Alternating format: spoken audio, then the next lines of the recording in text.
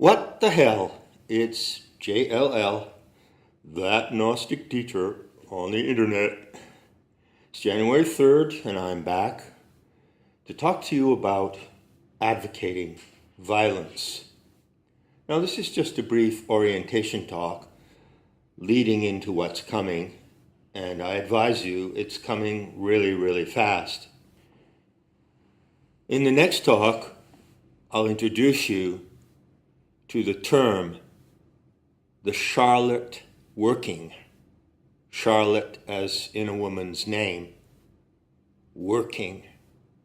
The Charlotte working is the title that I give to this project. You're undertaking a project with me. You might consider yourself to be merely a witness, but I advise you this is not a spectator sport I'm talking about.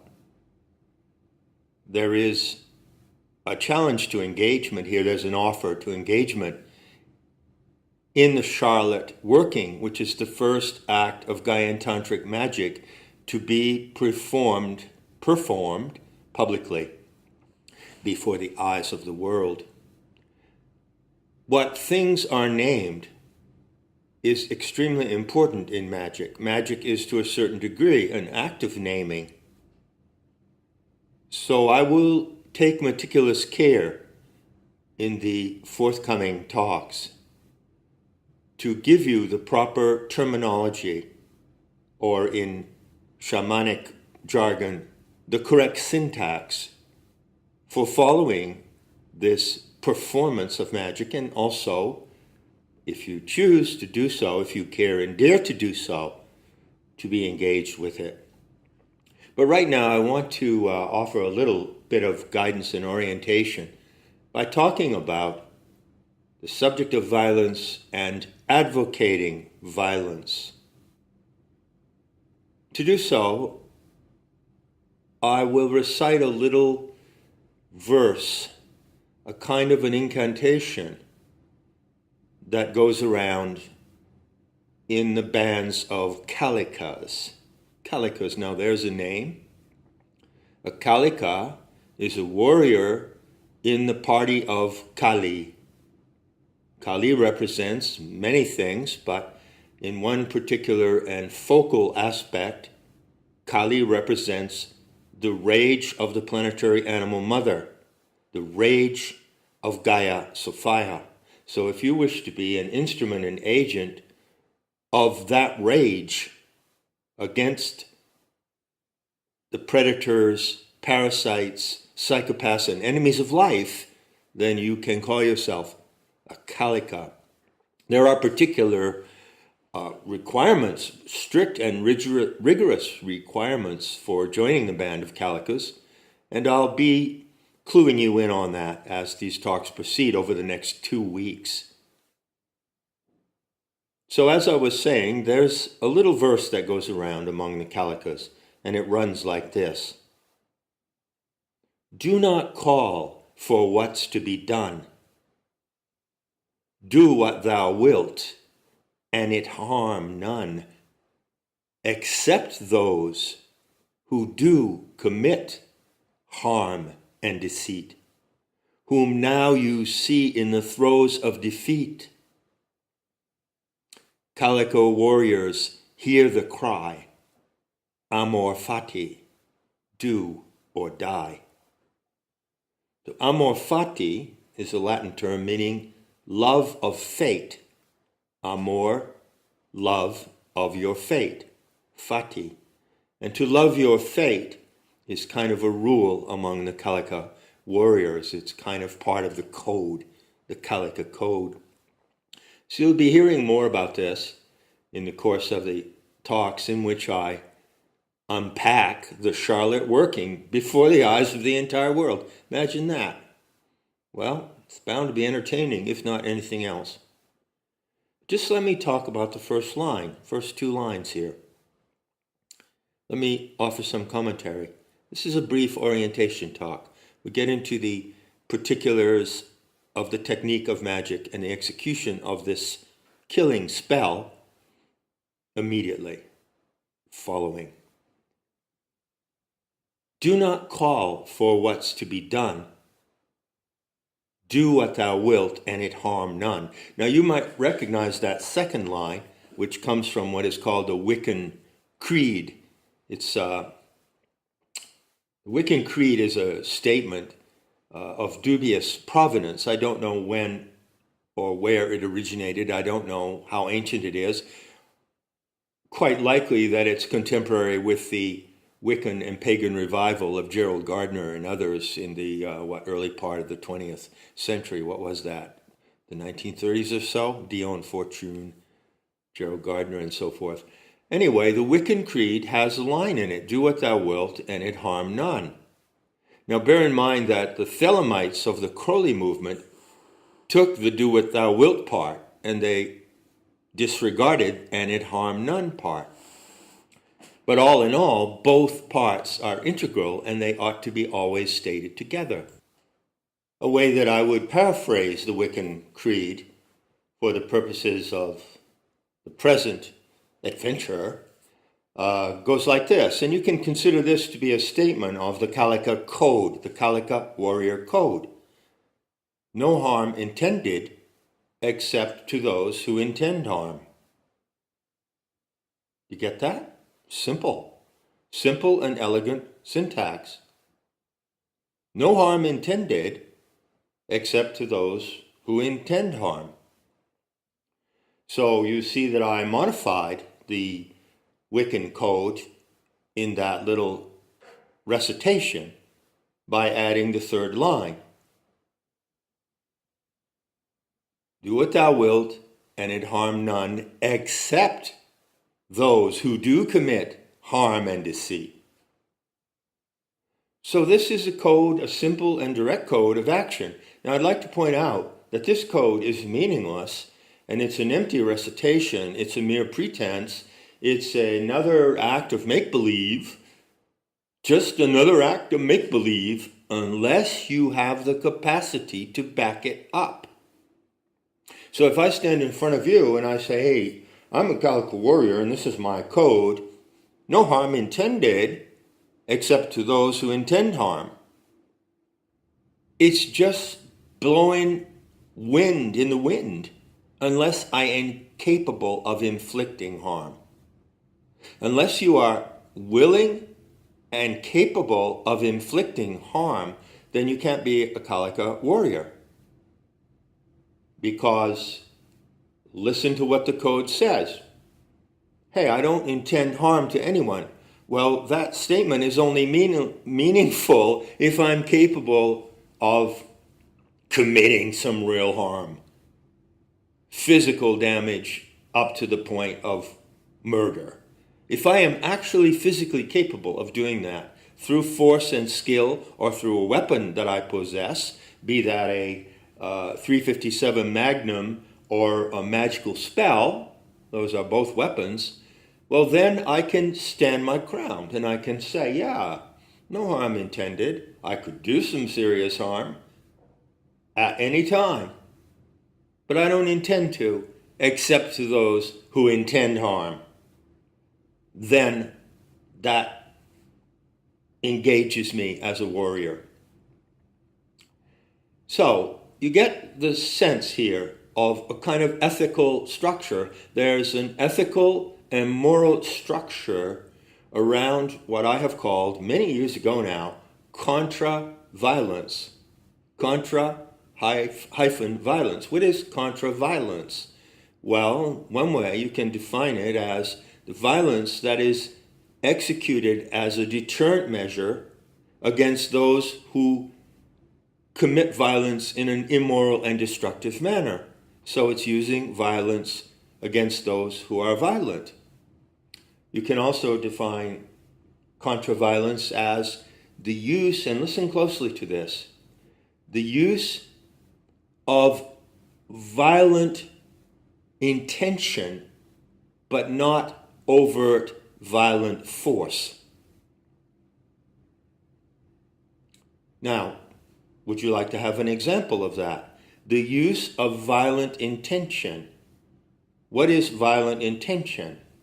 Well, have you ever thought, when you're looking at world affairs, maybe following some channels on YouTube or looking at the mainstream news, and you see certain players out there, certain actors and players in the theater of world affairs, Do I have to name them? Somebody like, Hillary Clinton, or somebody like, who is the former Prime Minister of England, Tony Blair, okay? I think it would be fair to say that there is a woman and there is a man who are immensely hated by many people around the world. And it doesn't take much to slip into the feeling that would express itself like this. Well, I really would like to see them dead. I wish they were dead. How many people do you think wish that some of these psychopaths who stand on the front part of the stage, there are also people behind them that you don't see who are equally dangerous or worse, but don't you think that there are millions of people around the world now who look at these psychopaths and say, wow, I really wish you were dead. That's what I mean by violent intention. But that violent intention has to have an instrument or means to be achieved, doesn't it? So if you wish that one of these horrible, pedocytic, psychopathic, perverted ghouls were dead, that's already a kind of violence. But it doesn't follow directly from that you commit an act of violence, physical violence, against that individual, does it?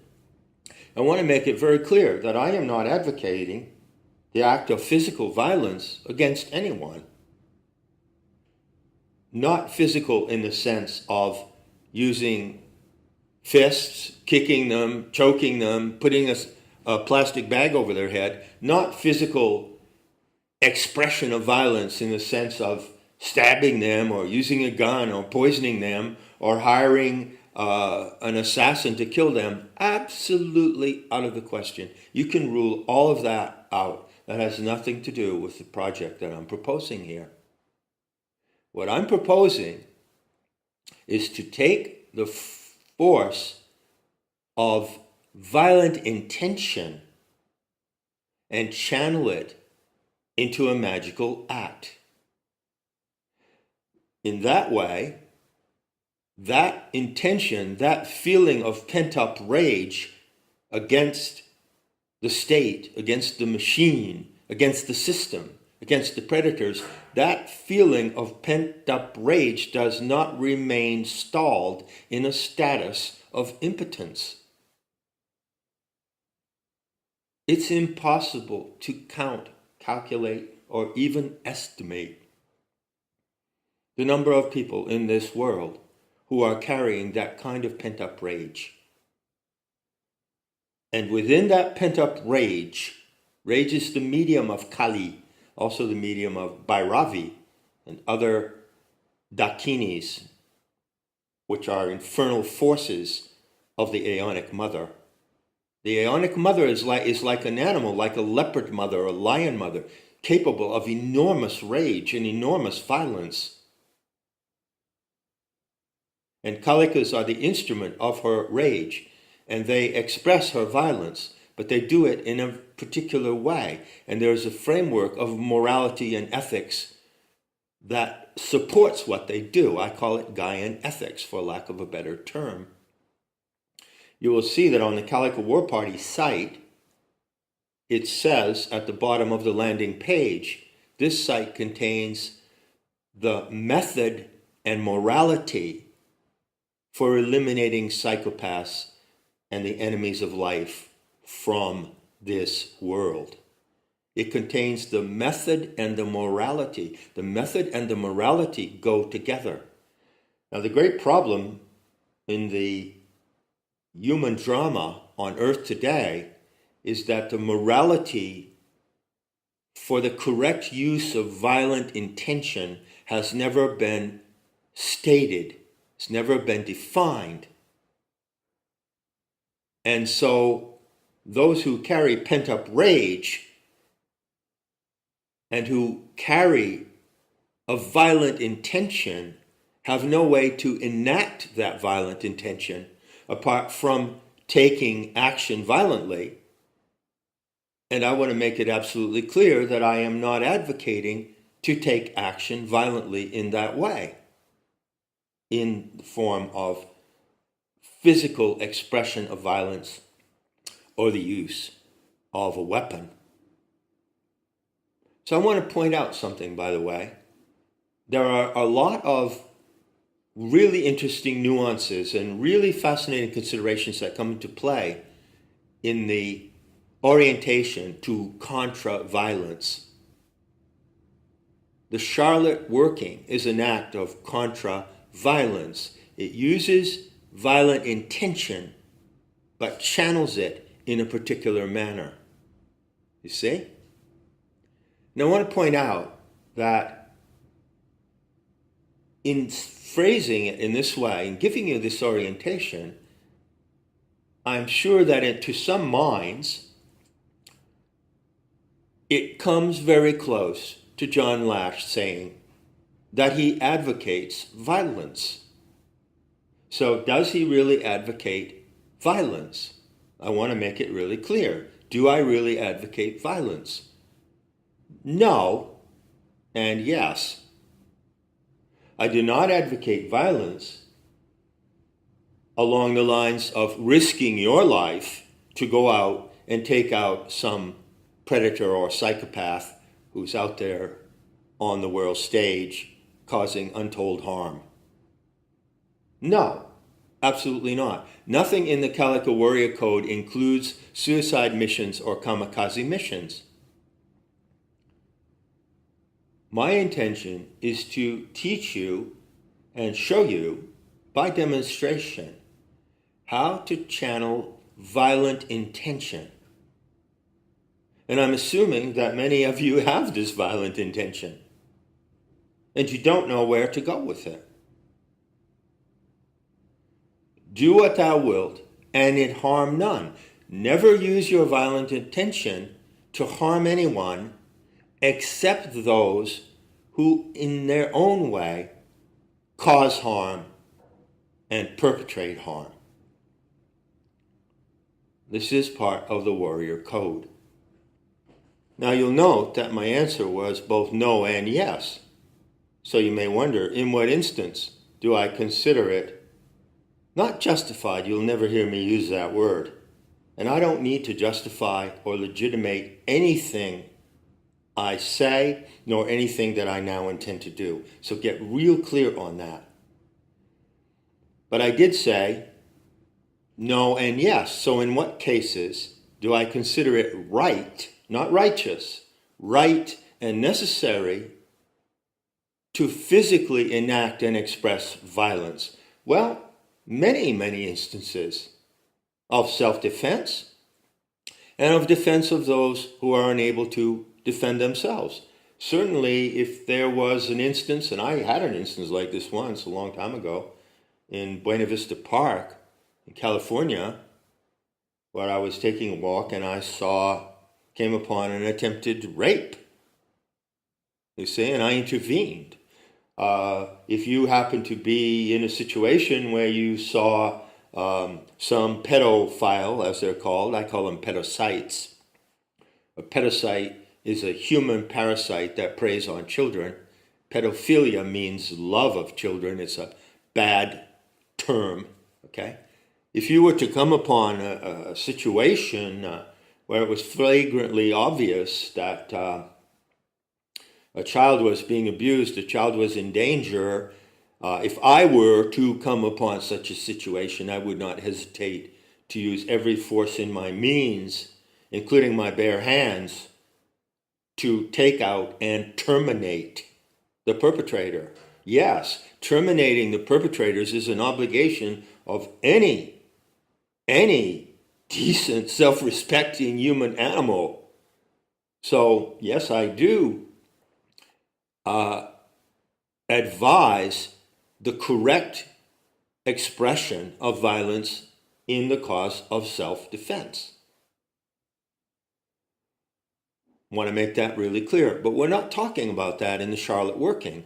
Charlotte Working is, in a way, an act of self-defense. It expresses defense for the Rome and the earth, but in another way, it belongs to a different dimension. It belongs to a magical dimension. So leave that aside for a moment. I'm going to conclude this talk by going back to the initial line. Do not call for what's to be done. You see, Kalika warriors never call for what's to be done. So even though I can explain to you my personal position on situations in which it is appropriate and necessary as an act of moral responsibility to commit violence, I'm still not calling upon anyone to do that. I'm just saying I would act in that way. I wouldn't hesitate to harm someone who is harming a child or an animal, a dog or a cat. That's just my personal viewpoint. I'm not calling upon anyone else to follow my example, but in a way I'm setting an example, if you see what I mean. And the example I set is the example of a courageous individual who takes responsibility for violent intention and who can enact it following the code of a Kalika warrior. Why is it forbidden to advocate violence? You know, I realize that I might face a strike, a community strike, or some kind of protest against my channel by what I'm proposing. Oh, hold on a minute. Wait, folks, here's a new one. Just come across the desk this morning. There's this dude out there, and he's telling the world that he's going to kill someone with magic. He's going to perform an act of lethal sorcery. Okay, well, the guy's obviously delusional because magic doesn't work. We all know that magic is just make-believe and pretending, so we can disregard him. Well, wait a minute, maybe not. Okay, hold on.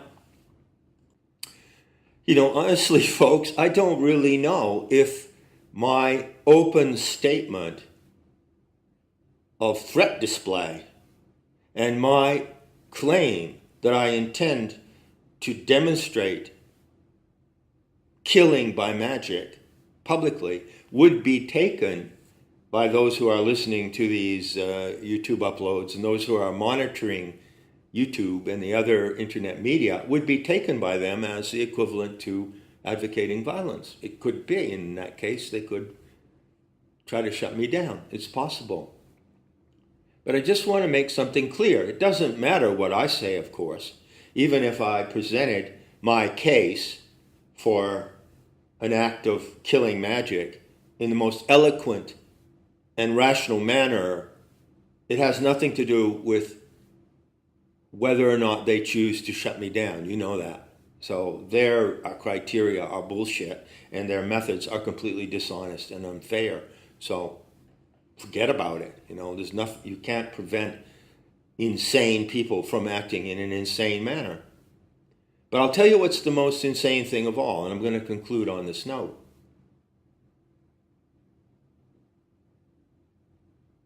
It is forbidden to advocate violence. Who does that rule come from? I said, and not in his image. There's a statement in the New Testament attributed to Jesus, okay? What is one of the most famous teachings attributed to Jesus? It's not a teaching of any kind.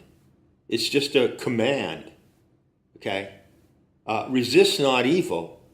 And I pointed out, in Not in His Image, that who would have possibly proposed such a rule?